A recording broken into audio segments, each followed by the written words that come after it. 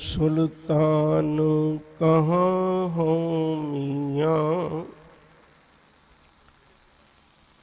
तेरी कवनो बड़ाई।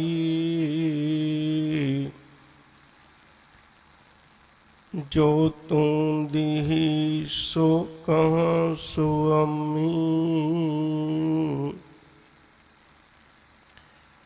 मैं मूर्ख कहन ना जाई। जो तू दीही सो कहाँ सो अम्मी,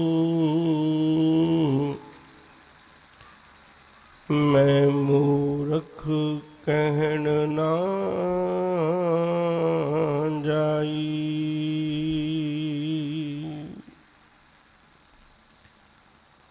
साहिब गुरु ग्रंथ साहिब सच्चे पातशाह जी दे पावन पवित्र चरण कमलों में जुड़ मिल बैठ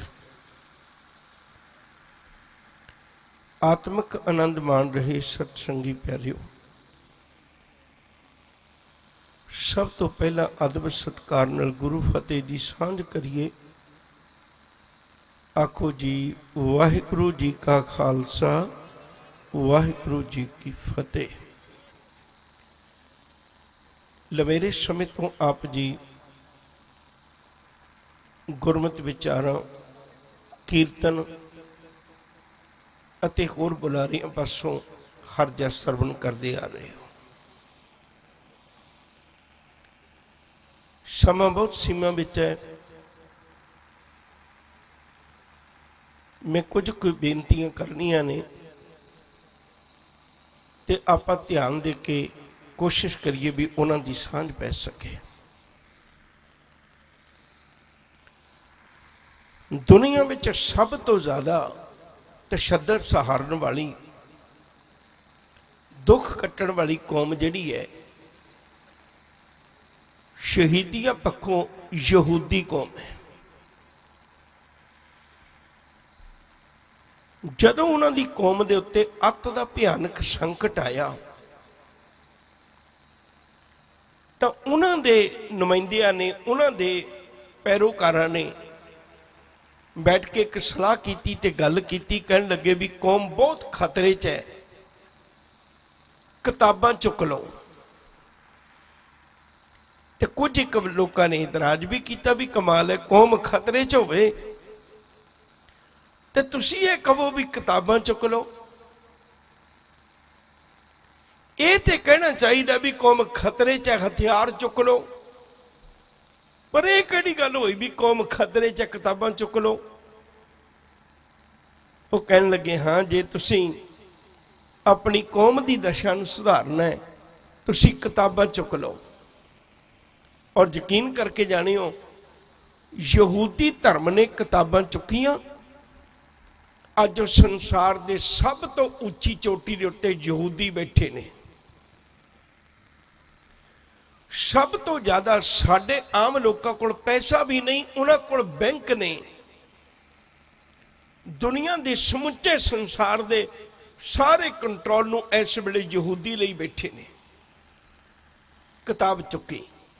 मैं गल फिर नेड़े करनी चाहना। गुरु साहब ने एक बड़ी वड्डी दात साडे सामने रखी। हजूर ने कृपा की, कहन लगे भलियो जे जिंदगी च शब्द ना होया, शब्द भी होनी, जिंदगी कदे किते प्रवान नहीं हुंदी। तुसीं कदे मां नूं वेखिओ, ओहदा बच्चा हसन लग जाए, खेडण लग जाए, खाण पीण लग जाए, पर ओहदा बच्चा शब्द ना बोले, वो मां बर्दाश्त नहीं करती, चुक के डॉक्टर को ले जाती है। मेरा बच्चा बोलता नहीं है। डॉक्टर चेक करके एक गल कहेगा, ये सारे अंग तंदुरुस्त ने, चंगा भला खांदा पींदा पहनदा सौंदा है, की होया चंद शब्द ही नहीं बोलता। मां दियां अखां दे अथरू नहीं सुकणगे। मेरे बच्चे को शब्द ना होया, एडी जिंदगी अधूरी होगी। मां नूं चिंता है इको एक काम है, याद रखियो जे, जिहदी खातर मां अपने अखां दे तारे नूं अपने तो लामे कर देंदी है। मां कदे भी अपने अखां तो ओडे नहीं अपनी औलाद नूं करदी। पर एक पढ़ाई है, और सवेरे बच्चा 100 बहाने लाउंदा है। वो कहंदा मेरा सिर दुखदा है, कहंदा मेरी नींद पूरी नहीं हुई, कहंदा मैं कुछ खा के नहीं जाना, बड़े उपराधे करदा है। पर मां कोई गल सुने तो बिना ਉਹਨੂੰ ਤੜਫਦੇ ਹੋਏ ਨੂੰ, ਉਹਨੂੰ ਆਪਣੀਆਂ ਬਾਹਾਂ ਖਿੱਚਦੇ ਹੋਏ ਨੂੰ, ਉਹਨੂੰ ਅੱਖਾਂ ਭਰੀਆਂ ਹੋਈਆਂ ਨੂੰ, ਉਹਨੂੰ ਹੌਂਕੇ ਲੈਂਦੇ ਨੂੰ ਕਿਸੇ ਗੱਡੀ ਵਿੱਚ, ਕਿਸੇ ਮੈਟਰੋ ਵਿੱਚ ਜਾਂ ਕਿਸੇ ਵਿੱਚ ਵੀ ਬਿਠਾ ਕੇ ਤੋੜ ਦਿੰਦੀ ਹੈ। ਪੁੱਤ ਵੇ ਮੈਂ ਸਾਰਾ ਦੁੱਖ ਝੱਲਾਂਗੀ, ਪਰ ਮੈਂ ਇਹ ਕਦੇ ਨਹੀਂ ਝੱਲ ਸਕਾਂਗੀ, ਤੂੰ ਸ਼ਬਦ ਤੋਂ ਵੀ ਨਾ ਹੋ ਕੇ ਜ਼ਿੰਦਗੀ ਗੁਜ਼ਾਰੇ। ਮਾਂ ਤੜਕੇ ਉੱਠ ਕੇ ਆਪਣੇ ਪੁੱਤ ਦੀ ਤਿਆਰੀ ਕਰਦੀ ਹੈ। ਸਭ ਕੁਝ ਕਾਹਦੇ ਲਈ ਕਰਦੀ? ਇਹਦੇ ਕੋਲ ਸ਼ਬਦ ਹੋਵੇ। शब्द तो अधूरा जिंदगी ठोकरां भरी है। सत करके जानियो, गुरु ने भी एक दिन सुल्तानपुर लोधी की धरती ते बैठ के गल वेखी सी। बाबा देखे ध्यान धर, जलती सब पृथ्वी दस आई, बाजो गुरु गुबार है कर दी सुनी लुकाई। लुकाई क्यों है कर दी सी? क्योंकि लुकाई दे कोल शब्द रूप वो चानण नहीं सी।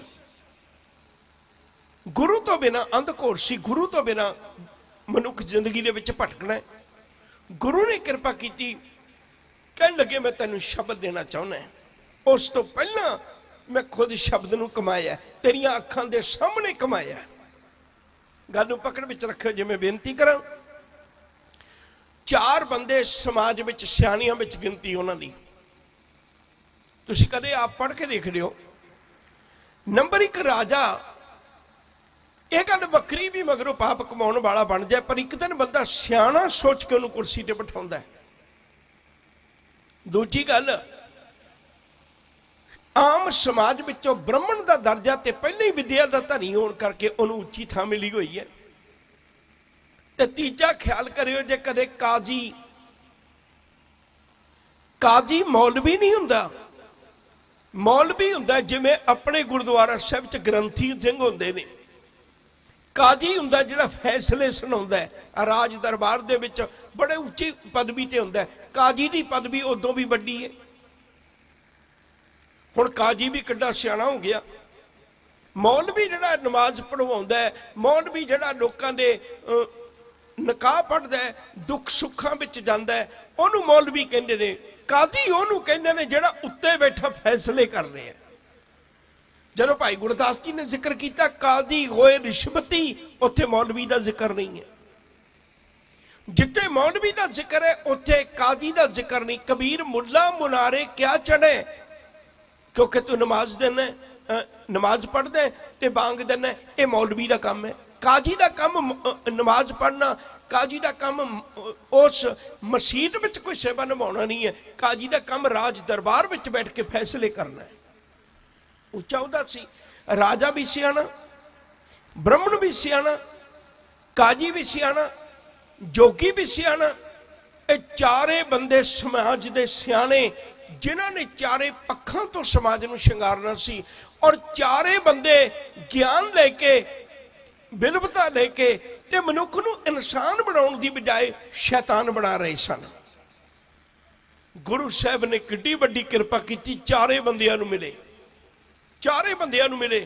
सब तो पहला साहब ने ब्राह्मण नाल गल की, कहन लगे भलिया तू अखर सीख गया, सच करके जानी तू अखरां दे ओट आसरे विच लोकां नूं गुमराह कर रहे हैं। मेरा कल शब्द तुहानूं सारिआं नूं याद होवेगा। साहब दा अमृत बोल है। कहन लगे मैं जदों तिन्ने लोकां वल वेखना है, कादी कूड़ बोल मल खाए, ब्राह्मण लावे जियां घाए, जोगी जुगत ना जाने अंध, तीने उजाड़े का बंद। तुसी तिन्ना ने उजाड़ दिती। ते जड़े राजे सन राजे शी, मुकदम कुत्ते जाए जगायन, बैठे सुते चाकर नहींदा पायन घाओ, रत पित कुत्ते चट जाओ। गुरु ने चारे समाज के पक्ष जिहड़े सन उन्हां चारां नूं मिले। सब तो पहले ब्राह्मण नूं मिले। जदों वो विद्या पढ़ाउण लगे आ, याद रखो जे गोपाला नां दा, भाई गोपाले नां दा बंदा सी जिहड़ा जिन्हें सतगुरु जी दे नाल अखरां दी सांझ पाई सी। ਕੁਤਬਦੀਨ ਉਹ ਬੰਦਾ ਸੀ ਜਿਨੇ ਫਾਰਸੀ ਦੇ ਅੱਖਰਾਂ ਦੀ ਸਾਂਝ ਪਾਈ ਸੀ।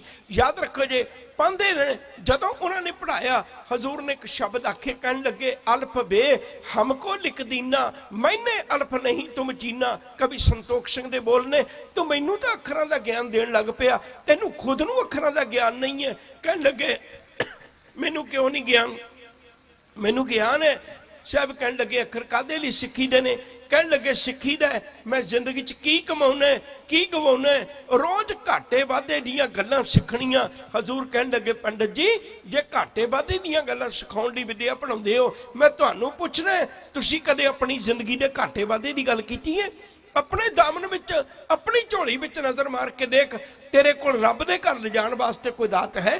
ਤੂੰ ਲੋਕਾਂ ਨੂੰ ਕੀ ਵੰਡੇਗਾ? ਸੱਚ ਕਰਕੇ ਜਾਣੀ ਮੇਰੀਆਂ ਨਜ਼ਰਾਂ ਵਿੱਚ ਚੌਂਕੜ ਮੁੱਲ ਅਣਾਇਆ, ਵੇ ਚੌਂਕੇ ਪਾਇਆ, ਸਿੱਖਾ ਕੰਨ ਚੜਾਈਆ, ਗੁਰਬ੍ਰਹਮਣ ਥੀਆ, ਉਹ ਮੂਆ ਉਹ ਝੜਪਿਆ, ਬੇਤੱਗਾ ਗਿਆ, ਬੇਤੱਗਾ ਗਿਆ। ਤੂੰ ਆਪ ਤੇ ਬੇਤੱਗਾ ਹੈ, ਆਪ ਤੇ ਤੇਰਾ ਜੀਵਨ ਬੇਤਰਤੀਬ ਹੈ। ਸੁਣ ਵੇਖੋ ਲੋਕਾ ਇਹ ਵਿਡਾਣ ਮਨ ਅੰਧਾ ਨੌ ਸੁਜਾਨ। ਕਹਿਣ ਲੱਗੇ ਕੈਸੀ ਅਜੀਬ ਕਲਾ ਵਰਤੀ ਹੈ, ਆਪਣਾ ਆਪ ਮਨ ਦਾ ਅੰਨਾ, ਲੋਕਾਂ ਦੀਆਂ ਨਜ਼ਰਾਂ ਵਿੱਚ ਸੁਜਾਖਾ ਨਾ ਰਖਾਇਆ ਹੋਇਆ। ਮੈਂ ਸਿਰਫ ਇੱਕ ਇੱਕ ਪੁਆਇੰਟ ਹੀ ਤੁਹਾਡੇ ਨਾਲ ਸਾਂਝੇ ਕਰਨੇ ਨੇ। ਗੁਰੂ ਨਾਨਕ ਸਾਹਿਬ ਜੀ ਨੇ ਬ੍ਰਹਮਣ ਨੂੰ ਸਮਝਾਇਆ, ਭਲਿਆ ਬ੍ਰਹਮਣ ਕੀ ਹੁੰਦਾ ਹੈ? ਆਪਣੀ ਜ਼ਿੰਦਗੀ ਵੱਲ ਕਦੇ ਝਾਤ ਮਾਰ ਕੇ ਦੇਖੀ, ਜਿਹੜਾ ਅੱਖਰਾਂ ਦਾ ਗਿਆਨ ਹੈ ਉਹਦੇ ਅੰਦਰ ਵੜ ਕੇ ਕਦੇ ਵੇਖੀ, ਤੈਨੂੰ ਪਤਾ ਲੱਗੇਗਾ ਸੱਚ ਕੀ ਹੁੰਦਾ ਹੈ।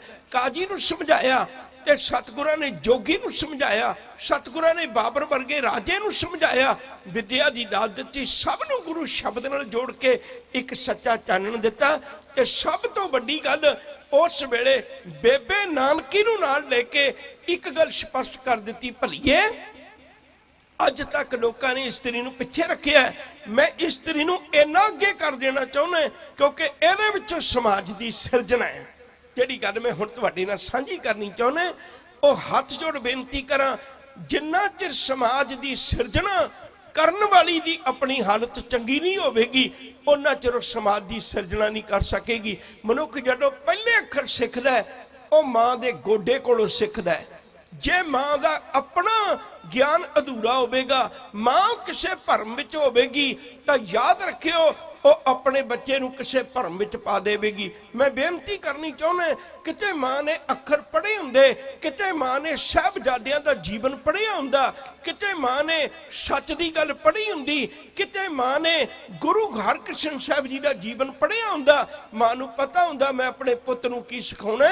ਅੱਜ ਮਾਂ ਨਹੀਂ ਪੜ੍ਹੀ, ਜਿਹਦੇ ਕਾਰਨ ਕਰਕੇ ਬੱਚੇ ਨੂੰ ਨਿੱਕੇ ਹੁੰਦੇ ਨੂੰ ਸਿਖਾ ਦਿੱਤਾ ਜਾਣਾ, ਜਦੋਂ ਵੀ ਉਹਨੂੰ ਸੌਣਾ, ਸੌਂ ਜਾ ਬੇਟੇ ਬਾਹਰ ਮਾਣੋ ਬਿੱਲੀ ਹੈ, ਸੌਂ ਜਾ ਬੇਟੇ ਬਾਹਰ ਮਾਊ ਆ ਗਿਆ, ਬਾਹਰ ਨਾ ਜਾਈ ਬੇਟੇ ਤੈਨੂੰ ਭੂਤ ਫੜ ਲੇਗਾ। ਬੱਚਾ ਤਾਂ ਨਿੱਕੇ ਹੁੰਦਿਆਂ ਤੋਂ ਕਿੱਥੇ ਤਾਂ ਮਾਂ ਤੂੰ ਨਿਰਭਉ ਦਾ ਜਾਪ ਕਰਵਾ ਕੇ ਉਹਨੂੰ ਸਿਖਾਉਣਾ ਸੀ, ਪੁੱਤ ਵੇ ਤੇਰੀ ਜ਼ਿੰਦਗੀ ਉਹ ਹੋਵੇ ਜਿਹੜੀ 7 ਸਾਲਾਂ ਦੀ ਉਮਰ ਵਿੱਚ ਵੀ ਨੀਹਾਂ 'ਚ ਖਲੋਤੀ ਜੈਕਾਰੇ ਛੱਡਦੀ ਹੋਵੇ, ਭਾਵੇਂ ਸਾਹਮਣੇ ਵਜ਼ੀਰ ਖਾਂ ਖਲੋਤਾ ਹੋਵੇ।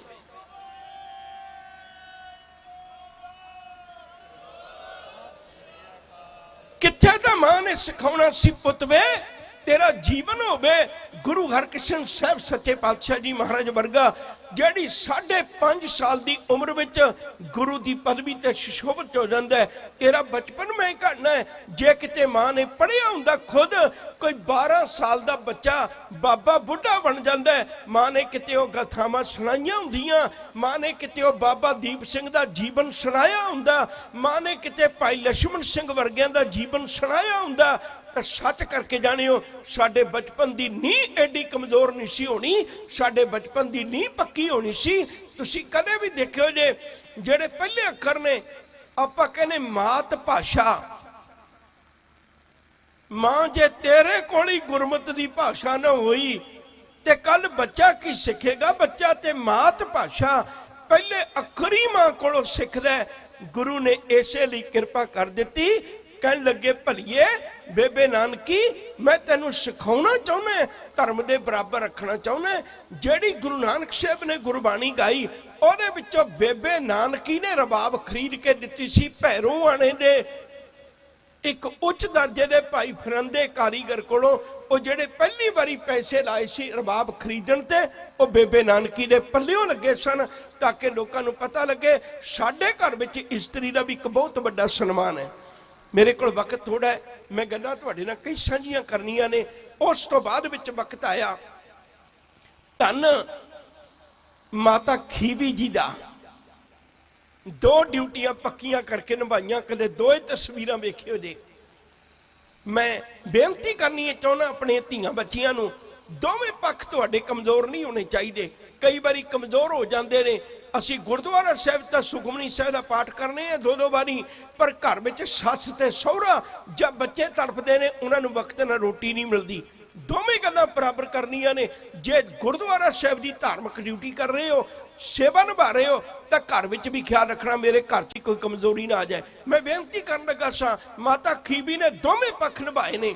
ਇੱਕ ਪਾਸੇ ਆਪਣੇ ਵੱਲੋਂ ਗੁਰੂ ਘਰ ਦੀ ਸੇਵਾ ਕਰਕੇ ਇੱਕ ਵਕਤ ਆਇਆ ਇਹੋ ਜੀ ਸੇਵਾ ਕੀਤੀ, ਉਹਦੇ ਲੰਗਰਾਂ ਦੀ ਤਾਰੀਫ ਗੁਰੂ ਗ੍ਰੰਥ ਸਾਹਿਬ ਜੀ ਵਿੱਚ ਅੰਕਿਤ ਹੈ। ਇੱਕੋ ਮਾਤਾ ਹੈ 10 ਪਾਤਸ਼ਾਹੀਆਂ ਦੇ ਮਹਿਲਾਂ ਵਿੱਚੋਂ, ਇੱਕੋ ਮਾਤਾ ਹੈ ਜਿਹਦਾ ਨਾਂ ਗੁਰੂ ਗ੍ਰੰਥ ਸਾਹਿਬ ਵਿੱਚ ਅੰਕਿਤ ਹੋਇਆ ਹੈ, ਬਲਵੰਡ ਖੀਵੀ ਨੇਕ ਜਨ ਜਿਸ ਬਹੁਤੀ ਸ਼ੌਂਪਤ ਰਾਲੀ, ਲੰਗਰ ਦੌਲਤ ਵੰਡੀ ਹੈ ਰਸ ਅੰਮ੍ਰਿਤ ਖੀਰ ਘਿਆਲੀ। ਉਹ ਮਾਤਾ ਖੀਵੀ ਜੀ ਨੇ ਆਪਣੇ ਘਰ ਦੇ ਫਰਜ਼ਾਂ ਨੂੰ ਕਿਵੇਂ ਨਿਭਾਇਆ? ਯਾਦ ਰੱਖਿਓ, ਜਦੋਂ ਗੁਰੂ ਅੰਗਦ ਸਾਹਿਬ ਦੀ ਪੁੱਤਰੀ ਮਾਤਾ ਖੀਵੀ ਦੀ ਪੁੱਤਰੀ ਬੀਬੀ ਅਮਰੋ ਜਦੋਂ ਵਿਆਹ ਕੇ ਬਾਸਰ ਕੇ ਗਿੱਲਾਂ ਗਈ, ਬਾਸਰ ਕੇ ਗਿੱਲਾਂ ਆਪਣੀ ਮਾਂ ਦੀ ਦਿੱਤੀ ਹੋਈ ਸਿੱਖਿਆ, ਰੋਜ਼ ਅੰਮ੍ਰਿਤ ਵੇਲੇ ਉੱਠ ਕੇ ਦੁੱਧ ਰਿੜਕਦਿਆਂ ਜਦੋਂ ਉਹ ਗੁਰੂ ਕੇ ਸ਼ਬਦ ਨੂੰ ਪੜ੍ਹਦੀ ਹੈ ਤੇ ਉਹਦੇ ਮੁਖਾਰਬਿੰਦ ਤੋਂ ਸ਼ਬਦ ਨਿਕਲਿਆ, ਭਇਆ ਮਨੂਰ ਕੰਚਨ ਫਿਰ ਹੋਵੇ, ਜੇ ਗੁਰ ਮਿਲੇ ਤਨੇਹਾ, ਇੱਕ ਨਾਮ ਅੰਮ੍ਰਿਤ ਉਹ ਦੇਵੇ ਤਾਂ ਨਾਨਕ ਤ੍ਰਿਸ਼ਟਸ ਦੇਹਾ। ਯਾਦ ਰੱਖੋ ਜੇ, ਇਹ ਪਹਿਲਾ ਵਕਤ ਹੈ ਲੋਕ ਇਸਤਰੀ ਨੂੰ ਸਨਮਾਨ ਨਹੀਂ ਸਨ ਦਿੰਦੇ। ਇਹ ਪਹਿਲਾ ਵਕਤ ਹੈ ਜਦੋਂ ਇੱਕ ਇਸਤਰੀ, ਉਹ ਵੀ ਨੂੰਹ ਦੇ ਰੂਪ ਵਿੱਚ, ਗੁਰੂ ਨੇ ਉਪਦੇਸ਼ ਲੈ ਕੇ, ਬਾਬਾ ਅਮਰਦਾਸ ਜੀ ਨੇ ਉਪਦੇਸ਼ ਲੈ ਕੇ ਆਪਣੀ ਨੂੰਹ ਨੂੰ ਅੱਗੇ ਲਾ ਕੇ।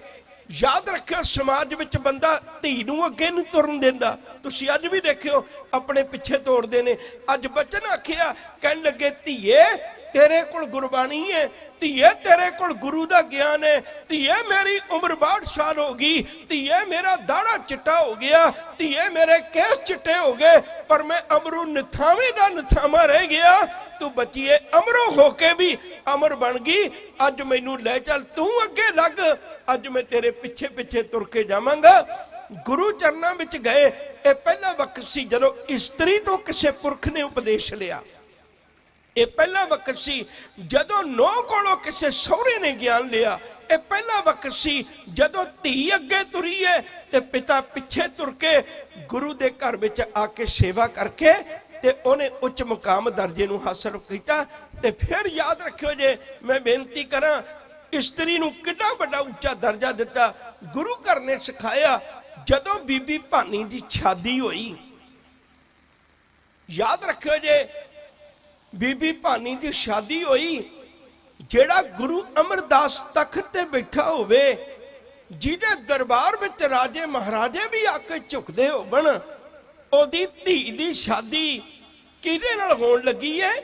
ਉਹਦੀ ਧੀ ਦੀ ਸ਼ਾਦੀ ਉਹਦੇ ਨਾਲ ਹੋਣ ਲੱਗੀ ਹੈ ਜਿਹੜਾ ਕਹਿੰਦਾ, ਜੋ ਹਮਰੀ ਵਿਦ ਹੋਤੀ ਮੇਰੇ ਸਤਗੁਰਾ, ਸ਼ਾ ਵਿਦ ਤੁਮ ਹਰ ਜਾਨੋ ਆਪੇ, ਹਮ ਰੁਲਤੇ ਫਿਰਤੇ ਕੋਈ ਬਾਤ ਨਾ ਪੁੱਛਤਾ, ਗੁਰ ਸਤਗੁਰ ਸੰਗ ਕੀਰੇ ਹਮ ਥਾਪੇ, ਧੰਨ ਧੰਨ ਗੁਰੂ ਨਾਨਕ ਜਨ ਕੇਰਾ, ਜਿਤ ਮਿਲਿਆ ਚੁੱਕੇ ਸਭ ਸੋਗ ਸੰਤਾਪੇ। ਉਹਦੇ ਨਾਲ ਉਹਦੀ ਸ਼ਾਦੀ ਹੋ ਰਹੀ ਹੈ। ਇੱਕ ਵਾਰੀ ਬਿਨਾਂ ਕਿਹਾ, ਪਿਤਾ ਮੈਂ ਤੇ ਸਹੁਰੇ ਘਰ ਵੀ ਨਹੀਂ ਜਾ ਸਕਣਾ, ਇਹ ਖੁਦ ਇੱਥੇ ਰਹਿ ਰਿਹਾ ਹੈ। ਇੱਕ ਵਾਰੀ ਬਿਨਾਂ ਕਿਹਾ, ਪਿਤਾ ਜੀ ਮੇਰੇ ਕੋਲ ਮਕਾਨ ਵੀ ਨਹੀਂ ਹੈ। ਇੱਕ ਵਾਰੀ ਬਿਨਾਂ ਕਿਹਾ, ਪਿਤਾ ਜੀ ਮੈਨੂੰ ਤੇ ਮੇਰੇ ਪਤੀ ਨੇ 2 ਕੱਪੜੇ ਬਿਨਾਂ ਸਵਾਏ।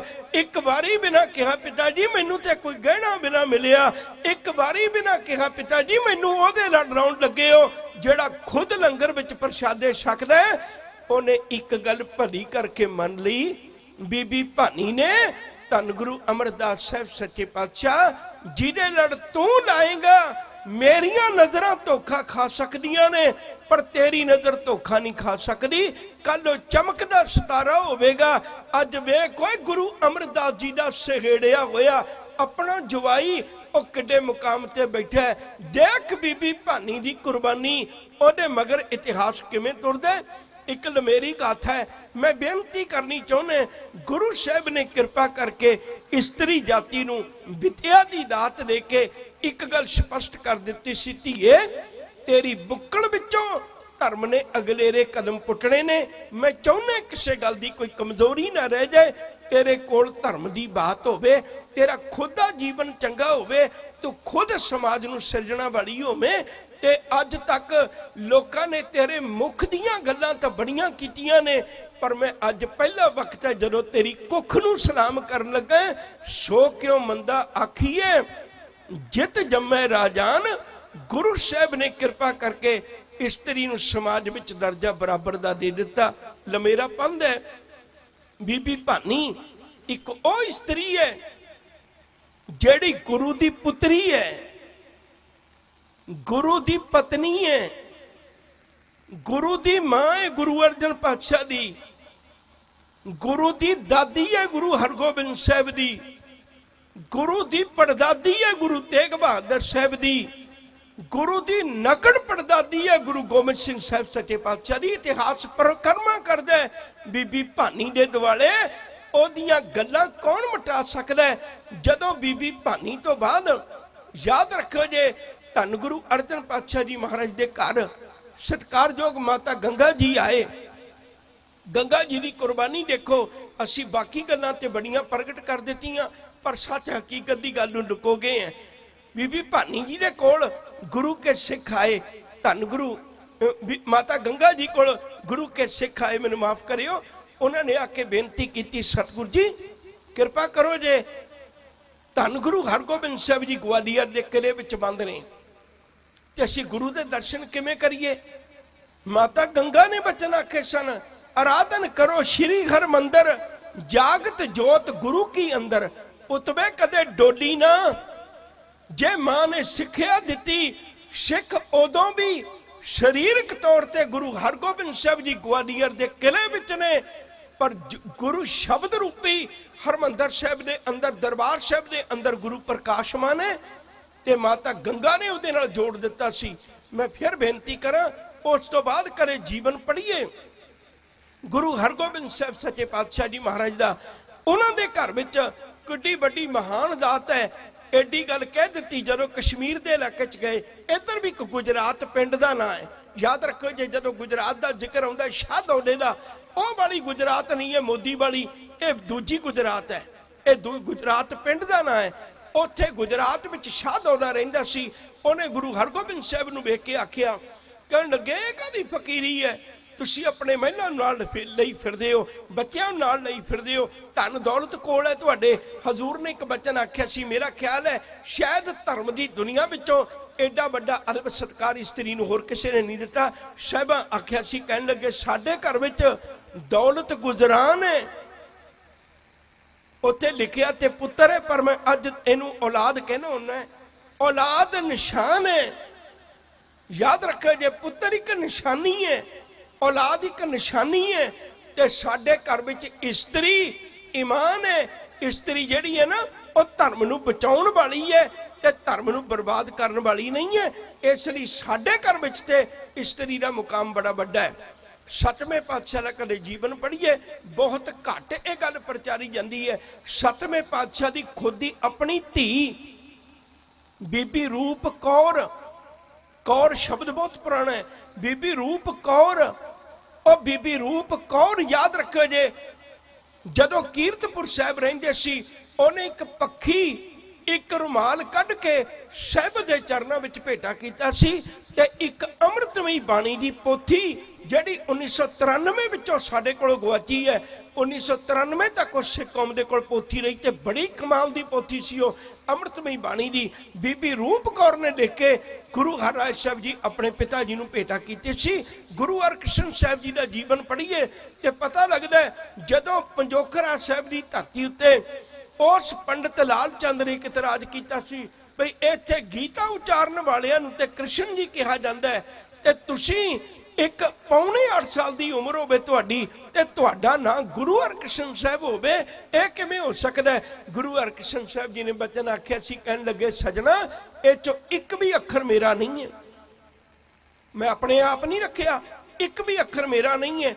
गुरु तां गुरु हरराय साहब जी गुरगद्दी लेके गए ने, हर तां क्योंकि मेरे पिता का नाम हरराय साहब सी, ते कृष्ण इसलिए क्योंकि मेरी मां का नाम कृष्ण कौर है, मेरा नाम मेरे माता पिता तो बनया होया, याद रखी मेरी मां का नाम कृष्ण कौर है।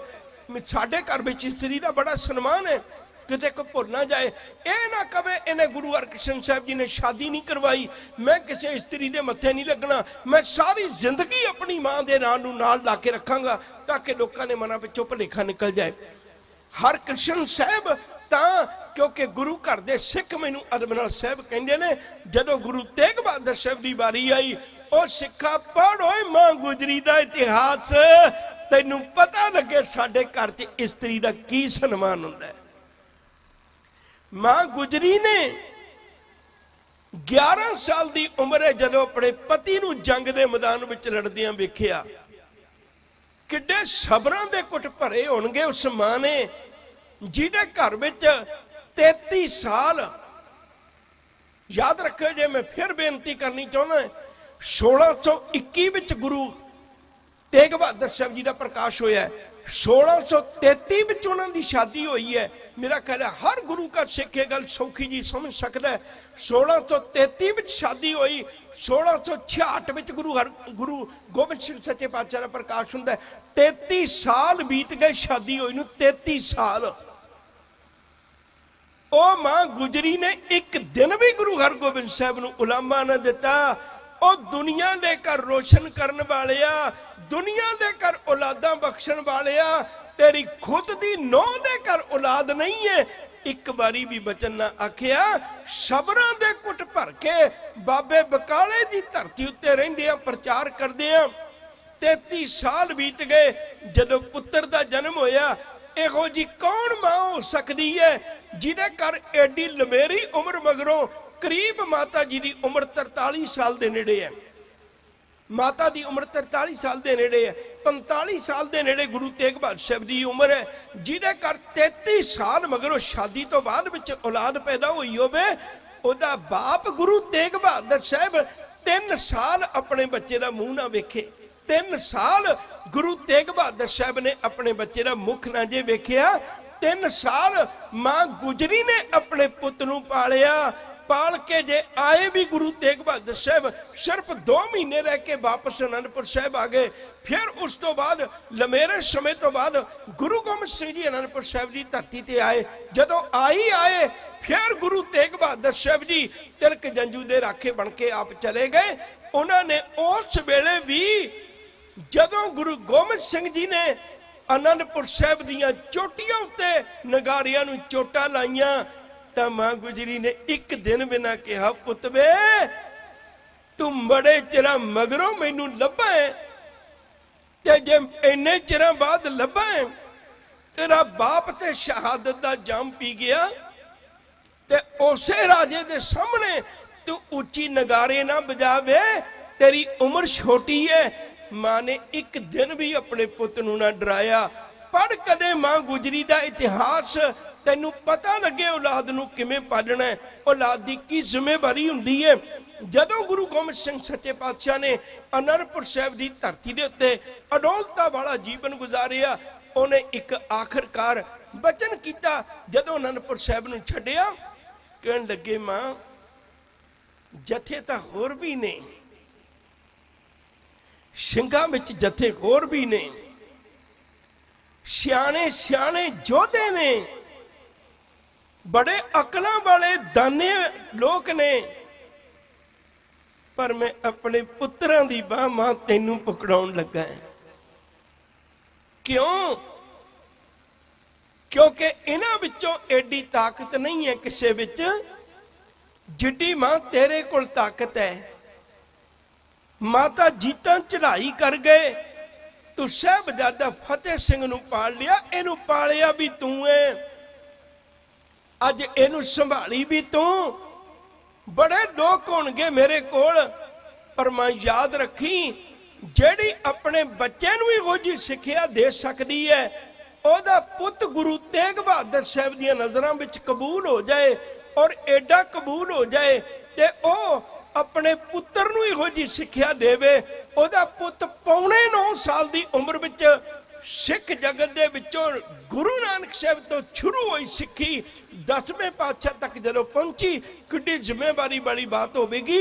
पर जिहदा पुत पौने 9 साल की उम्र विच सिक्खी दा समुच्चा भार अपने कंधियां ते सहण जोगा हो जाए, मां मैनू पूरी आस है जे तू मैनू पौने 9 साल का इहो जिहा पुत बना सकनी है, मैं अपना पिता जंग ने पिता उस शहादत लई तोड़ सकना है। तो मेरा बड़ा पुत भी अज जोरावर सिंह भी 9 सालां दा है। मां मैनू पूर्ण आस है अगर इन्हां दा धर्म निभा सकनी है, अगर इन्हां नू अडोल रख सकनी है, तो मां गुजर कौर तूं हो सकनी है। मैनू पता नहीं मैं आनंदपुर साहब छड्डण लगा किहड़े बिखड़े पिंडे नाल मेरा वास्ता पैना है, पर मैनू इस गल का पूरा भरोसा है जे किते तू अज इन्हां बच्चियां दी बांह पकड़ के ले गई, मैनू पूरा भरोसा है ये बच्चे कल सिदक हारनगे नहीं बल्कि हारिया होया नूं दस देणगे सिदक निभाई दे किवें ने। ते उन्हां बच्चियां ने आखिरी उम्र तक सिदक निभा के, लोग कहिंदे ने दादा ते दादी बिगाड़ दिंदे ने, मां गुजरी ने मिसाल पैदा कर दित्ती। ओ दादा ते दादी सवार भी दिंदे ने, दादी पता होवे किहो जी होवे।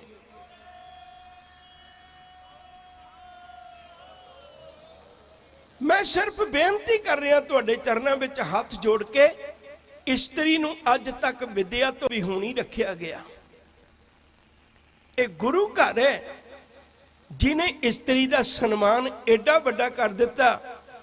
कहन लगे भलीए तेरे कोलों तो बहुत कुछ समाज के पक्ष सुधारे जाने ने, तैनूं ते विद्या की लाजमी लोड़ है। अज भी कुछ देहधारियां ने डेरे बना के ये गल प्रगट कर दी, मैं इस्त्री दे मत्थे नहीं लगता। भलिया मत्थे ना लग, 9 महीने तो इस्त्री की कुख विचों ही जन्म लिया, मत्थे ना लग, इस्त्री दे जोबन नूं घोल घोल के तू पीता है। धन है वो मां जिन्हें रातां जाग के तैनूं सवाया, धन है वो मां जिन्हें आप भुखी रह के तैनूं रजाया, धन है वो मां जिहड़ी आप रो के तैनूं हसाया, धन है वो मां जिन्हें अपने जीवन दे दुख कट के तैनूं सुखां दी झोली विच पालिया। ते अज तू उसे मां नूं कहना मैं तेरे मत्थे नहीं लगना चाहुंदा। सच करके जानियो इन्हां लोकां ने समाज की कदर कीमत घटा दित्ती सी। गुरु साहिबां ने फिर दोबारे कृपा कीती, उस समाज विच इस्त्री का दर्जा बड़ा उच्चा चुक दिता। ते गुरबाणी विच जदों भी कदे जिक्र आया उन्नियां गल्लां बाप नूं नहीं दसियां होईयां जिन्नियां मां नूं दसियां होईयां ने।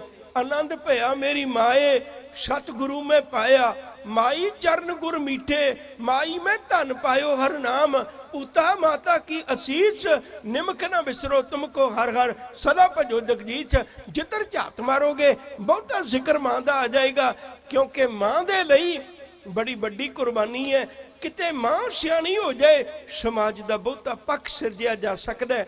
मैं समझना अज जेड़ा कुछ तुसी अज करन लगे हो ना, ये कुछ सानू बहुत चिर पहला करना चाहिए सी। दुनिया च दो ही तरह दी लड़ाइयां ने, एक हथियार की लड़ाई, एक विचार की लड़ाई।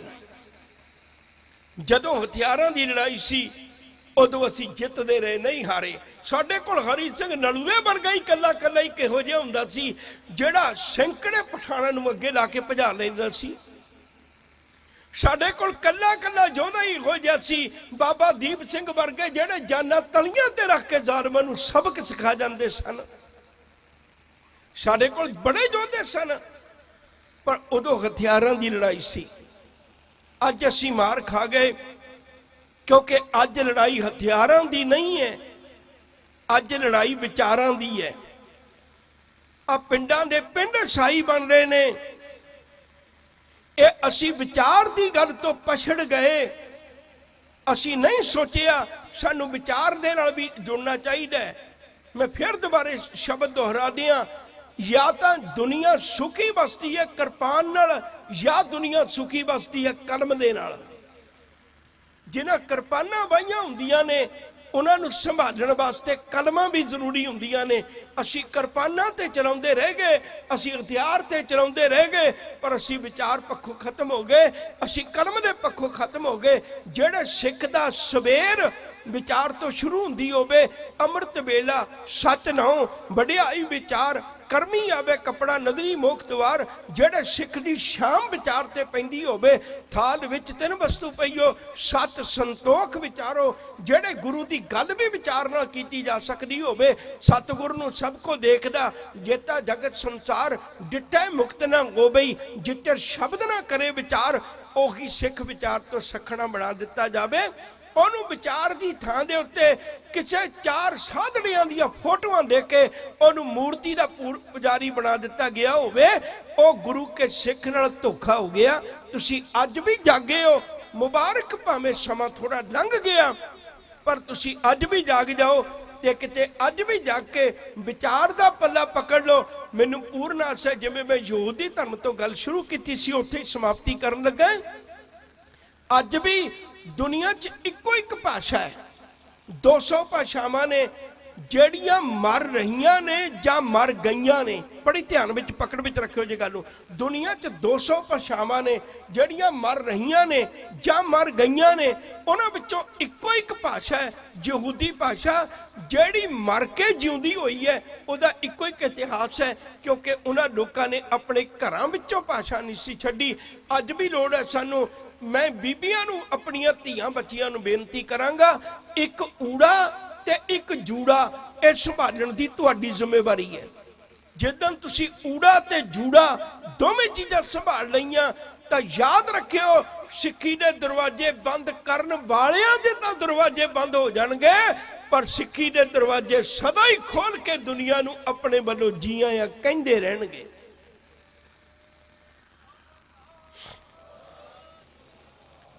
अगली बेनती मैं नाल ये करनी चाहना, बड़ा बड़ा उपराला है। मैं ये तो नहीं कहांगा भी तुसी फीस ना लवो, मैं कहांगा फीस लवो, कोई इतराज नहीं। उन्हां ठग्गां तो तां चंगे रवांगे जेड़े फीस भी लैंदे ने ते उगराही भी करदे ने। एक गल तो होवे ना भी जे तुसी उगराही करदे हो फीस किस गल दी, जे फीस लैंदे हो उगराही किस गल दी। किहड़े शहीद परिवार दा तुसी बच्चा पढ़ाया, किहड़े किसे ग्रंथी सिंह दा तुसी बच्चा पढ़ाया। मैनूं माफ करियो, मैं छड़ देना ये भी गल्लां। तुसी किसी ग्रंथी का भी नहीं पढ़ाया, किसी कीर्तनीय का भी नहीं पढ़ाया, किसी शहीद का भी नहीं पढ़ाया। तुसी उगराही भी की, तुसी रज के फीसां भी लईयां, सब कुछ किया। मैं अज तुहानूं पुछदा जे साल विच नूं 500 बच्चा या 5000 बच्चा दावा बंदे ने, साडा 5000 बच्चा एक साल विच नूं बाहर निकलदा। मैं समझना 1000 बच्चा ही निकलदा होवे, समाज 1000 बच्चा ही तुहाडा निकल के हरेक साल जांदा होवे, ते तुसी इन्नी कौम दी उगराही कीती, इन्नी कौम दीयां फीसां लईयां। 20 सालां विचों जे 1000 बंदा निकलदा तुहाडा विद्यार्थी पढ़ के, ते 20000 तां साडे टॉपर होने चाहिए सी ना। साडे जज होने चाहिए सी, साडे वकील होने चाहिए सी, साडे डॉक्टर होने चाहिए सी, साडे इंजीनियर होने चाहिए सी, साडे साइंसदान होने चाहिए सी। जिन्हां उगराहियां कीतियां उन्हां अकैडमियां चों तुसी 20 बंदे भी चुन के दिखा दिओ जेड़े कौम दे टॉपर होए होण। ਉਹ ਅੱਜ ਅਸੀਂ 1984 ਲਈ ਤੜਫਦੇ ਫਿਰਦੇ ਆਂ। ਅੱਜ ਅਸੀਂ ਅਜੋਕੇ ਹਾਕਮਾਂ ਦੇ ਥੱਲੇ ਲੱਗੇ ਹੋਏ ਜਿਹੜੇ ਪਾਪੀਆਂ ਨੇ ਸਿੱਖੀ ਦਾ ਖੂਨ ਪੀ ਲਿਆ, ਉਹਨਾਂ ਦੀ ਥਾਂ ਤੇ ਸਾਡੇ ਕੋਲ ਸਿਆਸਤਦਾਨ ਹੁੰਦੇ ਸਿੱਖੀ ਦੇ ਪੜ੍ਹੇ ਲਿਖੇ ਹੋਏ, ਤੇ ਉਹਨਾਂ ਨੂੰ ਪਤਾ ਹੁੰਦਾ ਸਿੱਖੀ ਦਾ ਦਰਦ ਕੀ ਹੈ। ਉਹ ਪੰਜਾਬ ਨੂੰ ਵੇਚ ਕੇ ਨਾ ਖਾਂਦੇ, ਉਹ ਪੰਜਾਬ ਦੇ ਵਿੱਚ ਚਿੱਟੇ ਦਾ ਨਸ਼ਾ ਨਾ ਵੇਚਦੇ, ਉਹਨਾਂ ਨੂੰ ਪਤਾ ਹੁੰਦਾ ਪੰਜਾਬ ਗੁਰੂਆਂ ਦੇ ਨਾਂ ਤੇ ਵਸਣ ਵਾਲਾ। ਤੇ ਜੇ ਅੱਜ ਉਹਨਾਂ ਦੇ ਵਿਦਿਆਰਥੀ ਪੜ੍ਹ ਕੇ ਬਾਹਰ ਗਏ ਨੇ, ਇੱਕ ਸਾਲ ਵਿੱਚ 1000 ਵਿਦਿਆਰਥੀ ਬਾਹਰ ਨਿਕਲਦਾ, 20 ਸਾਲਾਂ ਵਿੱਚ 20000 ਵਿਦਿਆਰਥੀ ਉਹਨਾਂ ਦੇ ਟੌਪਰ ਹੋਣੇ ਚਾਹੀਦੇ ਸੀ। ਦਿਖਾਓ ਤਾਂ ਤੁਹਾਨੂੰ ਦਿਸਦਾ 20000 ਵਿਦਿਆਰਥੀ ਤੁਹਾਡੀ ਕੌਮ ਦੇ ਵਿੱਚ ਸੇਵਾਦਾਰ ਲੱਗਿਆ ਹੋਵੇ। ਕਿਉਂ? ਕਿਉਂਕਿ ਅਸੀਂ ਜਾਗੇ ਹੀ ਨਹੀਂ। ਜਦੋਂ ਕੋਈ ਬਾਬੇ ਵਾਲਾ ਚੋਲਾ ਪਾ ਕੇ ਆ ਜਾਵੇ ਫਿਰ ਤੇ ਭਾਵੇਂ ਸਾਡੀ ਧੀ ਨੂੰ ਵੀ ਲੁੱਟ ਲੈ ਜਾਏ, ਸਾਡੇ ਪੈਸੇ ਨੂੰ ਵੀ ਲੁੱਟ ਲੈ ਜਾਏ, ਅਸੀਂ ਕਦੇ ਦਰਦ ਨਹੀਂ ਮੰਨਦੇ। ਉਹ ਜਾਗੋ ਗੁਰੂ ਕਿਆ ਸਿੱਖਾ, ਛੱਡ ਦੇ ਅੱਜ ਤੋਂ ਬਾਅਦ ਗੁਰਦੁਆਰਿਆਂ 'ਚ ਦਸਬੰਧ ਦੇਣਾ, ਛੱਡ ਦੇ ਅੱਜ ਤੋਂ ਬਾਅਦ ਕਿਸੇ ਦੇਹਧਾਰੀਆਂ ਬਾਬਿਆਂ ਨੂੰ ਪੂਜਣਾ। ਜੇ ਲੋੜ ਹੈ ਤਾਂ ਮੈਂ ਬੇਨਤੀ ਕਰਾਂ, ਰੱਜ ਕੇ ਇਹੋ ਜਿਹੀਆਂ ਅਕੈਡਮੀਆਂ ਨੂੰ ਸਾਥ ਦਿਓ ਜਿਹੜੇ ਕੱਲ ਉੱਠ ਕੇ ਮੇਰੀ ਧੀ ਦਾ ਮੂੰਹ ਮੱਥਾ ਸਵਾਰ ਦੇਣ। ਮੇਰੀ ਧੀ ਸਮਾਜ ਵਿੱਚ ਖਲੋ ਕੇ ਕਵੇ ਮੈਂ ਬੇਬੇ ਨਾਨਕੀ ਦੀ ਵਾਰਸ ਹੈ, ਮੈਂ ਮਾਤਾ ਖੀਵੀ ਦੀ ਵਾਰਸ ਹੈ, मैं माता भाग कौर बनना आई है, मैं हरशरण कौर बनना आई है। मैं अज इहो जे समाज की सेवा करांगी जिहदी गोद विच पलिया होया सिख धर्म ते निभा जाएगा, पर कदे धर्म हारेगा नहीं।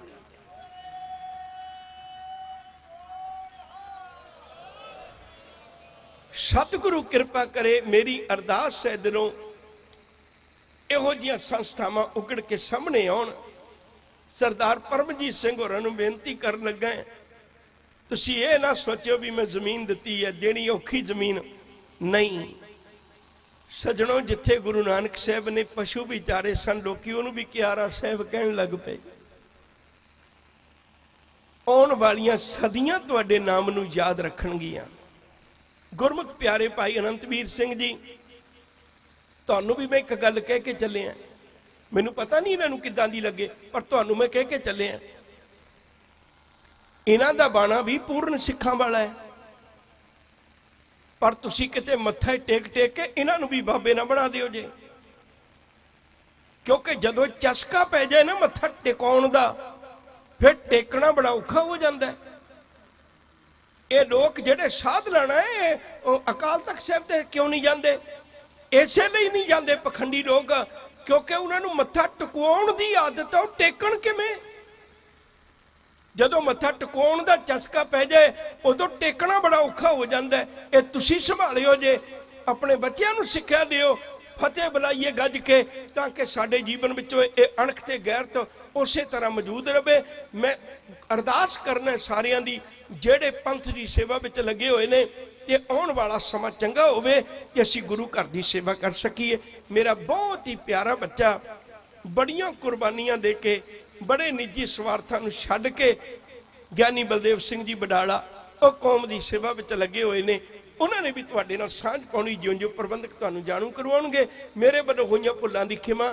सतगुरु जी के चरणों में अरदास है, साहिब अगांह वास्ते समर्थ प्रदान कर ते इस संस्था नूं होर अगलेरी लिजा के प्रबंधकां नूं निरहंकार होके गुरु घर की सेवा करने की आग्या बख्शण। इत्थे पढ़ियां बच्चियां गुरमत दीआं धारनी ते उन्हां दे जीवन तो झलक पवे, ये गुरु गोबिंद सिंह दी पुत्री होवेगी। प्यार नाल आखो जी वाहिगुरू जी का खालसा, वाहिगुरू जी।